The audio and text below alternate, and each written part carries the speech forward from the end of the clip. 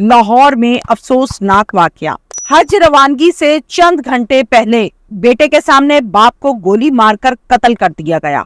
वो बाप जो कुछ घंटों के बाद हज की रवानगी के लिए लाहौर से निकल रहा था। इकबाल टाउन में ये अफसोसनाक वाकया पेश आया नजफ कॉलोनी में, और ये तकरीबन 3 से 4 दिन पुराना वाकया है जो कि पेश आया, जिसकी डिटेल्स मैं आप लोगों के साथ शेयर करने जा रही हूँ। एक बाप है, एक बेटा है। बाप भी प्रोफेसर है, बेटा भी प्रोफेसर है। प्रोफेसर फारूक आजम बाप का नाम है और बेटे का नाम है प्रोफेसर शुएब। अच्छा, इन लोगों की यानी कि जो प्रोफेसर फारूक आजम साहब हैं, जो बाप हैं, इनकी इतवार को फ्लाइट थी। इन्होंने हज पर जाना था इतवार वाले दिन, यानी हज के लिए रवानगी थी इनकी। जाहिर है आपको पता है कि जब हज के लिए जाते हैं तो आप करेंसी चेंज करवाते हैं, पाकिस्तानी करेंसी को चेंज करते हैं।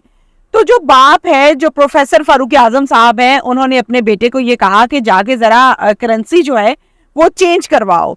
बेटा जो है वो मनी एक्सचेंजर गया और वहां से तकरीबन 6500 रियाल वहां से पैसे जो है पाकिस्तानी करेंसी को रियाल में चेंज करवाया और लेकर वो आ रहा था वापस अपने घर इकबाल टाउन नजफ कॉलोनी में। अब वहां से इनके पीछे डाकू लगे, जिन्होंने देख लिया कि इसके पास इतने पैसे हैं और ये जा रहा है। अब डाकू पीछे कैसे लगे, मुखबरी कैसे हुई, ये डिटेल्स मैं आपको इसी व्लॉग के एंड पर बताऊंगी। पहले आप किस्सा सुन ले, फिर मैं आपको डिटेल्स बताऊंगी, ताकि आइंदा के लिए आप लोग भी बाखबर रहें कि कैसे चलना है माशरे में।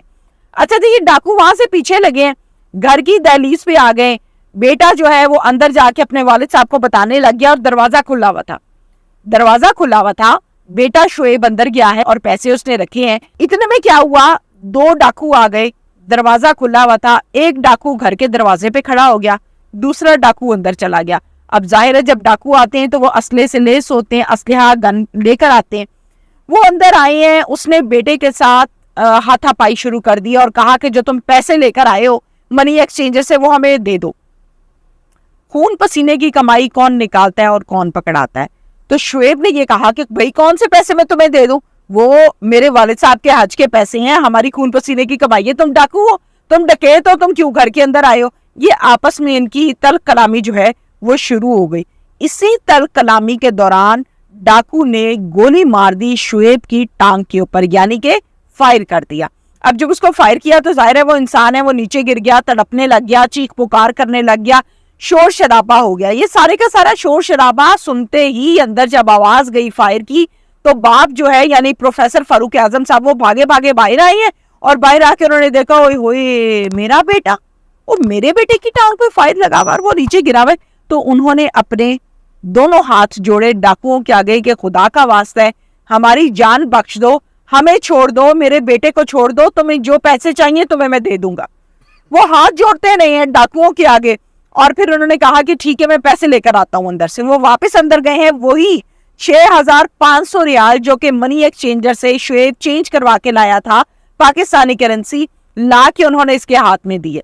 जब डाकुओं के हाथ में प्रोफेसर साहब पैसे दे रहे हैं तो इसी गुस्से में, इसी कश्मकश में जो बेटा है जिसकी टांग पर फायर लगा हुआ है वो नीचे से बोलने लग गया जमीन पे गिरे हुए कि क्यों तुम ले रहे हो, और इस तरह से मैंने तुम्हें पहचान लिया, मैं देख लूंगा तुम लोग कौन हो, मैं पीछा करूंगा तुम लोगों का, मैं पकड़वा के हटूंगा, मैं ये पैसे छीन के हटूंगा। इस पर डाकुओं को आ गया मजीद गुस्सा। उन्होंने वो गुस्सा कहाँ निकाला? प्रोफेसर साहब जो अपनी खून पसीने की कमाई लेकर आए, जिन्होंने डाकुओं को पैसे दिए, हाथ जोड़े, माफिया मांगी, जान की अमान पाई, लेकिन नहीं, उन्होंने प्रोफेसर साहब के सीने में गोली उतार दी। ज़ईफ आदमी, सीने पर गोली लगी, फौरन उसी वक्त मौके पे उनकी डेथ हो गई।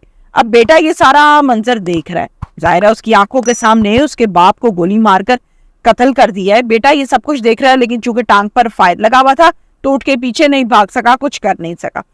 ये मामला हुआ, दोनों डाकू वापस बाइक पर सवार हुए, फरार होने में कामयाब हो गए। मेरी ये आदत है और मेरी ये कोशिश होती है कि जिस फैमिली के साथ वकूआ हो मैं खुद वहां पर जाऊं और उनके साथ खुद फेस टू फेस बात करूं। अब वो जो कहें वो कहानी आपके सामने रखी जाए, वो हकीकत वाकया आपके सामने रखा जाए। तो मेरी इस फैमिली के साथ बात हुई तो मुझे उन्होंने जो सारी की सारी डिटेल्स बताई वो मैंने सारी की सारी डिटेल्स आपके साथ शेयर की हैं। लेकिन मीडिया पर जो चीजें रिपोर्ट हुई हैं वो ये हुआ है कि घर के बाहर ये काम हो गया मजामत की वजह से, जबकि हकीकत के हकाइक मैंने आपके सामने रख दी हैं। अब यहाँ पर जैसे कि मैंने आपको व्लॉग के सेंटर में कहा था कि मैं एंड पर आपको कुछ चीजें बताऊंगी जिससे आप लोगों को समझ में आएगी कि मामला हुआ क्या, होता कैसे है, माशरे में सूरत हाल क्या है।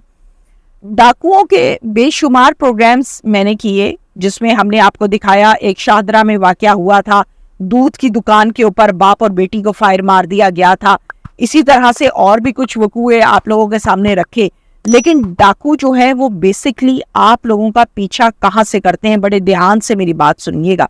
हम अक्सर देखते हैं ईद के करीब आते ही एटीएम मशीन्स पर रश लग जाता है शहरियों का।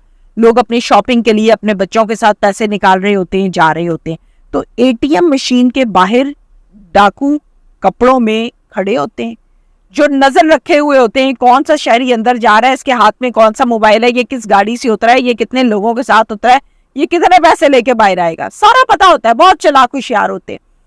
बैंक के अंदर इनका नुमाइंदा, इनका इन्फॉर्मर बैठा होता है। मैं ये नहीं कह रही हूँ कि सारे बैंक करप्ट हैं और सारे बैंकों में ये काम हो रहा है, लेकिन ये होता मामला कुछ इसी तरह से है जिसका बैंक को भी नहीं पता होता। अब कोई भी शहरी बैंक के अंदर आएगा तो बैंक वाले को तो नहीं पता कि ये डाकू आया है या कोई आम शहरी आया है या हमारा कोई कस्टमर आया है।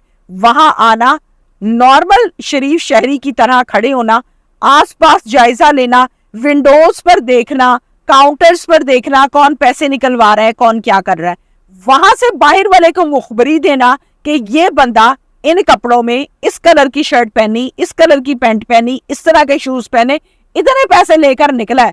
बाहर वाले को मुखबरी देना, बाहर वाला वहां से उसके पीछे लग जाता है। अब वो बेचारा रास्ते में हाथ चढ़ जाए, वो बेचारा घर की दहलीज पर हाथ चढ़ जाए, वो बेचारा बैंक के बाहर ही हाथ चढ़ जाए, उस बेचारे को इन्होंने हाथों पे चढ़ा लेना है।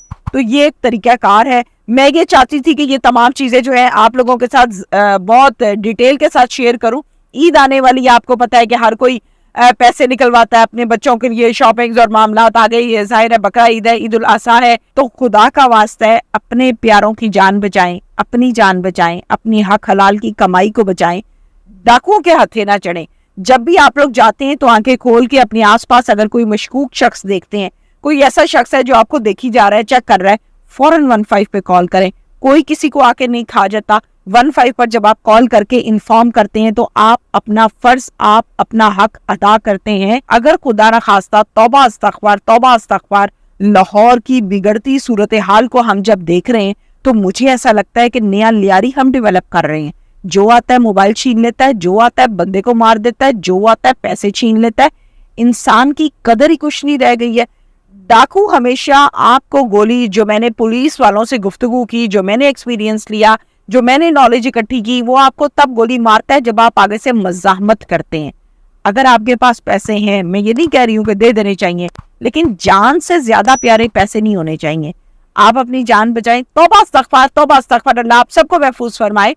अगर ऐसा कोई वाकया आ जाता है, कोई ऐसा मौका बन जाता है, डाकू का आमना सामना हो जाता है, तो मज़ामत ना करें, जो है उसको दे दें, अपनी जान बचाएं। पैसे फिर जुड़ जाएंगे, जान चलेगी दोबारा नहीं आती। Thank you very much.